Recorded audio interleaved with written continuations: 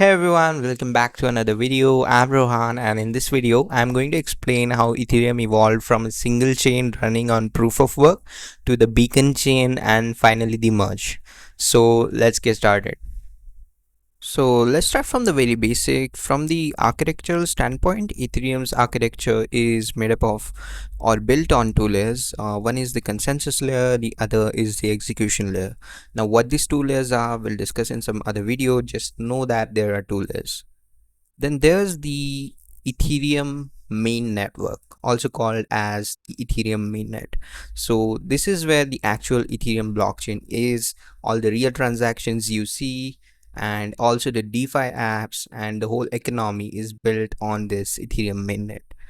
Now that also means the consensus layer, the execution layer, and the Ethereum architecture on a high level, they all operate together on this Ethereum main network or the Ethereum mainnet. Let's get to the beginning. So Ethereum launched in 2015. At the time of launch, it had a single layer system. That means the execution layer and the consensus layer were combined. So there were no separate layers like you see in today's Ethereum architecture. And for the consensus mechanism of the consensus layer, they used proof of work, which currently Bitcoin uses. And just a thing to note here is that the consensus mechanism, which here is proof of work, did exist.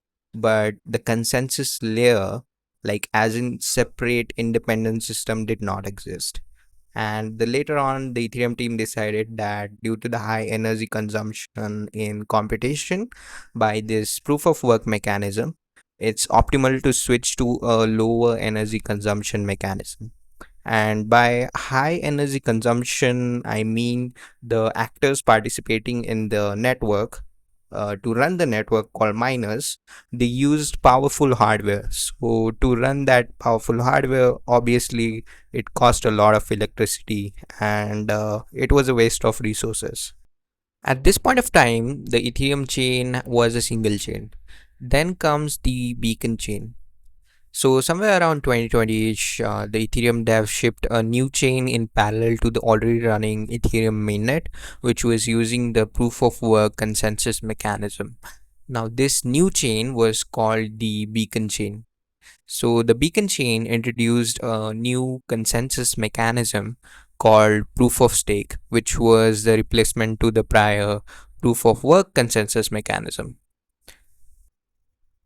This proof of stake consensus mechanism was the solution to the high energy consumption problem of proof of work mechanism.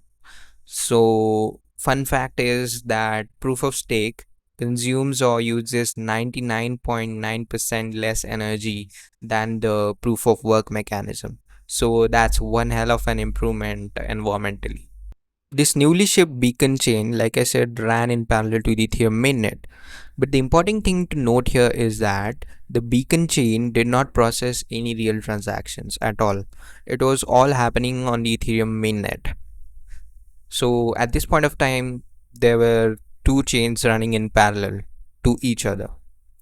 Now, you might ask, Rohan, why introduce the proof of stake mechanism with the beacon chain as a separate chain?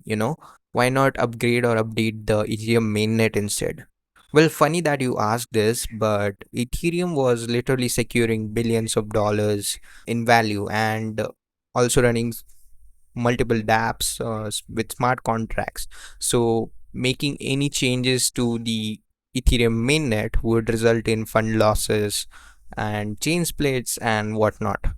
So, it makes sense to create a new chain, ship a new chain, and then test it out with the new POS validator system, and then we can see what can be done further. Now that we have two chains running in parallel, what's the next stage in the Ethereum evolution? Well, the next stage is the merge. So the merge is the stage where Ethereum swapped its consensus engine. That means they merged the execution layer of the Ethereum mainnet with the consensus of the beacon chain. And finally, we have the current running Ethereum mainnet with separated responsibilities of execution layer and the consensus layer, this time with the proof of stake mechanism. And after the merge, as you can see here, the beacon chain stops being a separate chain. It becomes the consensus layer of the mainnet. Well, that's a wrap for this video. If you understood this, do consider liking the video, following me, and subscribing to the channel. I'll see you in the next one.